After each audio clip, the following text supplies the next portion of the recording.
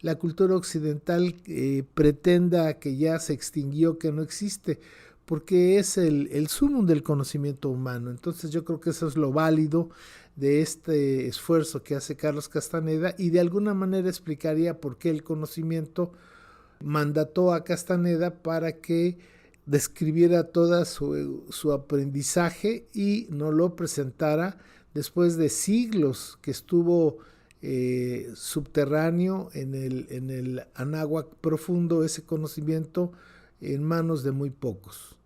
Muchas gracias. Carlos Castaneda realmente es un misterio en sí mismo. Así se lo propuso, así le enseñaron sus maestros toltecas, don Juan y don Genaro, y él logró borrarse a sí mismo en una neblina confusa y contradictoria. Hay personas que han hecho investigaciones en Cajamarca, su lugar de origen, que han hablado con excompañeros, y hasta yo tuve contacto con una supuesta prima de él. Y mucha gente se quiere subir al escenario con la imagen o el recuerdo de Carlos Castaneda. Yo conozco personas de gran respeto para mí que me platicaron que habían conocido a Carlos Castaneda. Por ejemplo, una que no voy a decir su nombre, pero era un funcionario de mucho respeto. Dice que un día se subió en un vuelo de Monterrey a la Ciudad de México y que su compañero de asiento resultó ser Carlos Castaneda. Bueno, pues los que conocemos realmente la historia, pues sabemos que eso no fue posible, ¿no? Y que lo más seguro, y parece que se ha dado mucho, es que hay muchas personas que, mitómanos o personas que les gusta burlarse de la gente, que se asumen como Carlos Castaneda, y pues a personas que no conocen la obra o personas pues también fantasiosas, pues les cuentan historias y les dicen que ellos son Carlos Castaneda.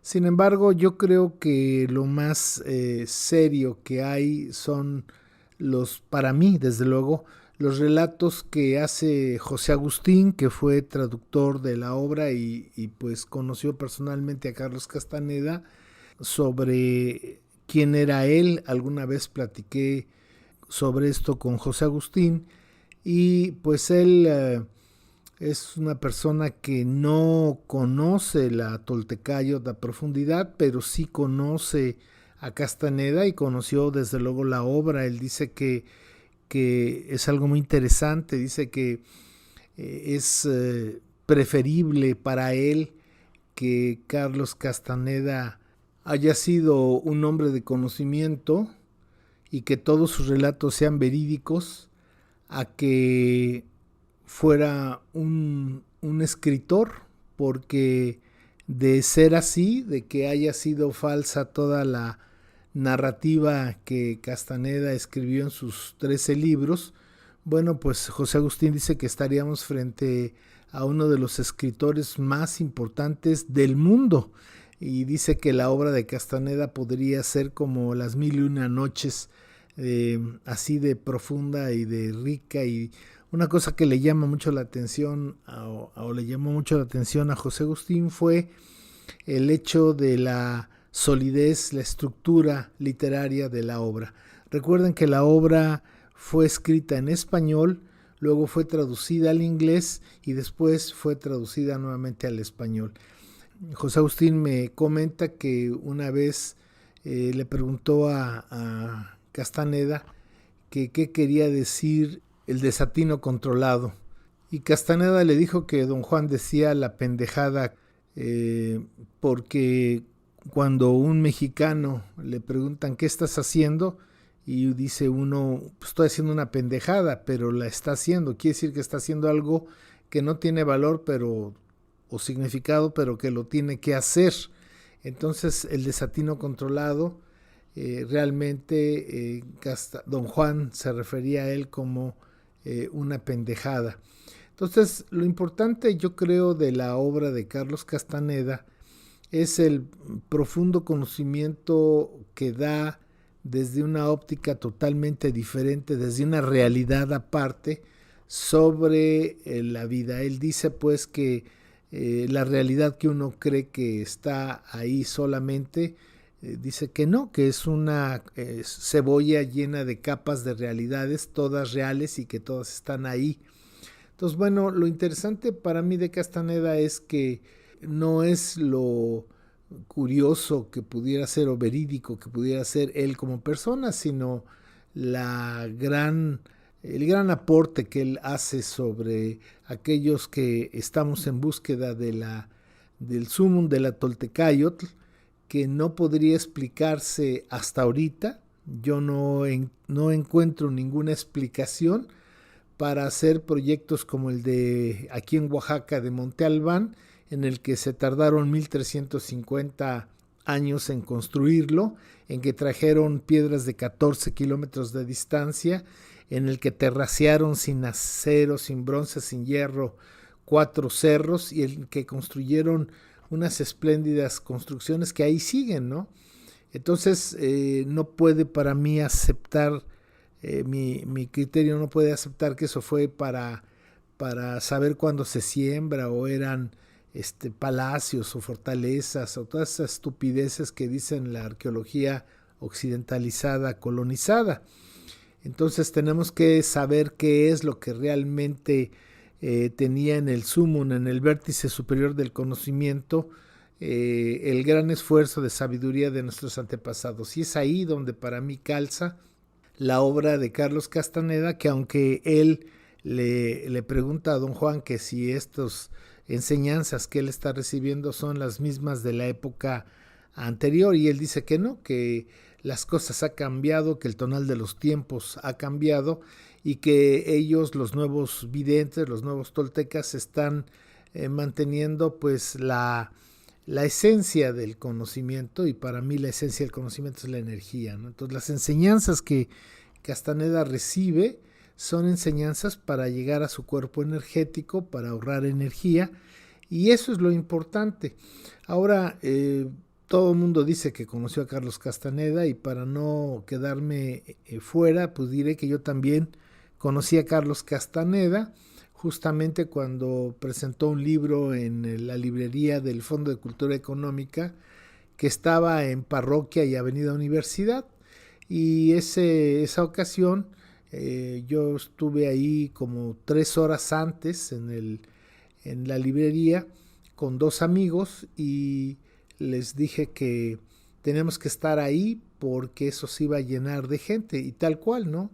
Faltando 1 hora, eso ya parecía una estación del metro abarrotada. Ya faltando minutos para la hora fijada, había tanta gente que habían invadido el carril que va de norte a sur a la universidad, y la gente estaba queriendo entrar, pero ya no cabía un alfiler dentro de la librería, y recordarán que las puertas eran de cristal completamente, y la gente empujaba y gritaba que abrieran. Entonces estábamos a punto de una catástrofe. Yo desde el principio con mis amigos me ubiqué a 1 metro donde habían puesto el micrófono para la conferencia, y de una puerta falsa de madera que estaba al lado de donde estaba el micrófono, apareció Carlos Castaneda, sí, justamente como lo describen, con su traje de esos brillosos de tela delgada, sintética, su portafolio, tal como lo describen, cacarizo, moreno, de cabello chino, sí, de baja estatura, pero muy fornido, ¿no? Muy fornido. Tenía un cuerpo muy fuerte, no de levantador de pesas, fisicoculturista, sino se sentía un cuerpo totalmente fuerte, se sentía la energía de su cuerpo. Y este señor Castaneda nos engañó a todos los que estábamos ahí, nos dijo que iba a decir que se iba a suspender la presentación, y que por favor se saliera la gente, y que él en media hora regresaba, pero que no les dijeran a los de afuera para que se fueran. Y se volvió a salir por donde entró y dicho y hecho, nos engañó a todos los que estábamos ahí. Me acuerdo que ya cuando estábamos saliendo me dice uno de mis amigos, oye, pues vamos a esperarlo. No, le dije, ya nos engañó este cuate, es un nahual. Y efectivamente, pues ya nunca más regresó Carlos Castaneda a esa librería. Entonces, bueno, yo creo que sí era Carlos Castaneda por dos cosas, porque el Fondo de Cultura Económica no iba a presentar a un falso Castaneda, y por otra parte, pues yo vi una de sus brujerías frente a mis ojos y fui víctima de ellas. Nos engañó como a chinos cochinos y pasó inadvertido y logró su cometido en medio de una multitud que, de no haber sido manejada como fue, mínimo la gente, además del percance que hubiera tenido la ruptura de las puertas y los cristales de la librería, pues seguramente hubiera habido un saqueo de la librería, ¿no? Entonces fue verdaderamente un acto de magia que se destrabara esa situación y que Castaneda se saliera por la suya. Y bueno, también podríamos decir que hay otras personas que yo conozco que me parece que sí conocieron a Castaneda, me parece serias, y más o menos coincide con lo mismo. O sea, yo creo que hacer culto de la personalidad, de si era así o era asado, es simplemente algo verdaderamente que no tiene sentido. Lo importante es el conocimiento y dentro del conocimiento los límites que debe uno tener acerca del conocimiento, porque el problema de la obra de Castaneda es que mucha gente la ha leído y con 2, 3 libros sin un orden se creen guerreros, se creen que hacen marchas de poder, se creen que se pueden enterrar, y hay una serie de chamanes de plástico, ¿verdad?, que se dicen discípulos de Carlos Castaneda y que engañan a la gente diciéndole que los va a volver guerreros. Entonces yo creo que lo importante de esa obra es un testimonio de las posibilidades del conocimiento de la civilización de la náhuatl, y que bueno, de alguna manera permanece presente, igual que el conocimiento de las civilizaciones de China, de India, de Mesopotamia.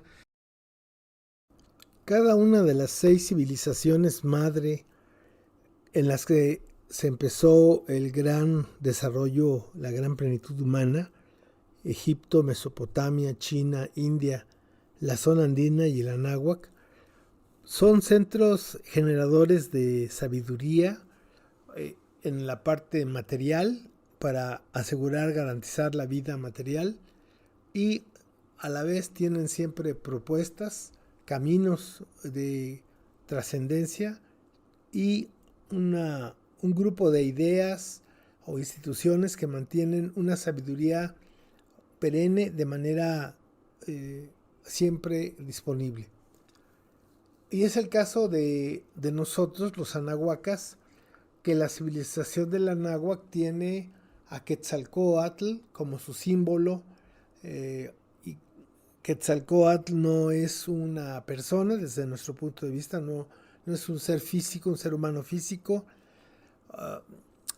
Quetzalcóatl es un símbolo arquetípico del objetivo fundamental de la Toltecayotl.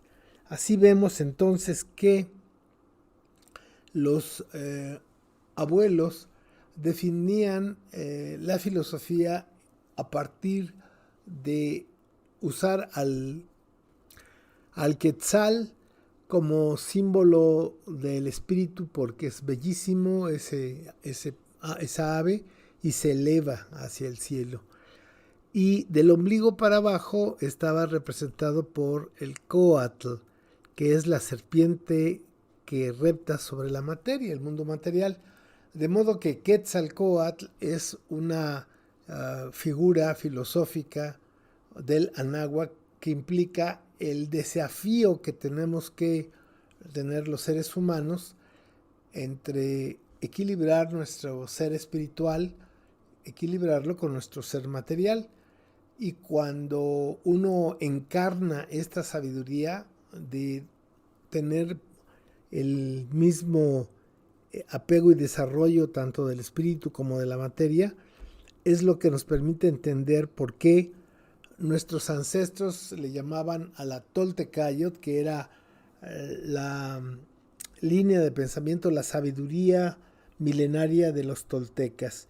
¿Quiénes eran los toltecas? Eran hombres y mujeres de conocimiento que habían llegado al máximo nivel de la Toltecayot, así como en el mundo moderno actual existe una licenciatura, una maestría y un doctorado, y hasta postdoctorados. Bueno, pues eso es lo que representaban para nuestros abuelos los toltecas. Los toltecas eran personas que ya estaban muy allá del mundo material y que se dedicaban con afán y esmero sistemático, preciso, a investigar y utilizar no solamente la mecánica celeste como fuente de sabiduría, en tal que para nuestros abuelos decían que lo que es arriba es abajo. Entonces esta capacidad de entender el cosmos, su exactitud, su transparencia y a todos abierta, entonces eso le llamaron una base fundamental de su filosofía ancestral. Y la otra parte está sustentada en el mundo material a partir de desarrollar los sistemas de alimentación, salud, educación y organización. Y a partir de ello, entonces los toltecas, ya que está asegurada la vida, la supervivencia de la vida material, entonces ofrecen la alternativa de la trascendencia, ya no de la existencia, sino de la trascendencia de la vida. Los abuelos descubrieron que todo es energía, que nosotros somos un toroide de energía y que el mundo se puede apreciar como lo vemos, como hemos aprendido a mirar el mundo de acuerdo a la cultura en la que nacimos, pero que existe otra forma diferente, que es vernos a nosotros mismos y el mundo que nos rodea como energía. Y ese es el gran aporte de nuestra civilización, aunque cabe decir que en general todas las civilizaciones ancestrales pues han seguido este mismo camino. No en vano por eso todas hicieron pirámides sin ponerse de acuerdo, pasando más allá de la visión de los eurocéntricos hispanistas que dicen que hicieron las pirámides, las zonas arqueológicas, para saber cuándo se debía de sembrar, o para hacer sacrificios humanos, o para hacer tianguis, o también los usaban, dicen estas personas, centros en el cual se hacían ceremonias y ninguna de esas cosas es verdaderamente cierta. Ha sido desde hace 500 años en su día la corona española y después el Vaticano se han dedicado a presentar a nuestra civilización madre como pueblos salvajes, caníbales, guerreros, y que la invasión vino a liberar a estos pueblos de los terribles aztecas. Bueno, eso es totalmente falso. El punto está en que la sabiduría ancestral de los toltecas se conoce como Toltecayot, y personajes como el doctor Miguel León Portilla al respecto dicen que Toltecayot es los conocimientos y las instituciones más importantes de la cultura, ellos dicen tolteca. Como digo, nosotros no creemos que exista una cultura tolteca, una etnia. Existe Teotihuacán y se habla de la cultura teotihuacana, pero ahí se hablaban de todas las lenguas y sobre todo llegaron a establecer el náhuatl, que el náhuatl quiere decir hablar claro, como una lengua que pudiera permitir que todos los pueblos pudieran entenderse a partir de hablar una sola lengua, que en este caso era el náhuatl, y desde luego sin dejar sus lenguas madre, ¿no? Entonces aquí la idea es de que no existió un pensamiento filosófico no existió una corriente de conocimiento y menos de investigación.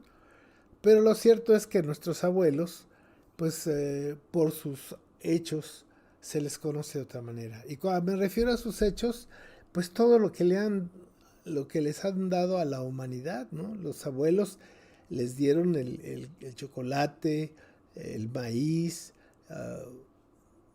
muchos productos, 42 productos que la Anáhuac ha ofrecido al mundo, pero también les ofrecieron una visión muy especial de cómo vivir en plenitud.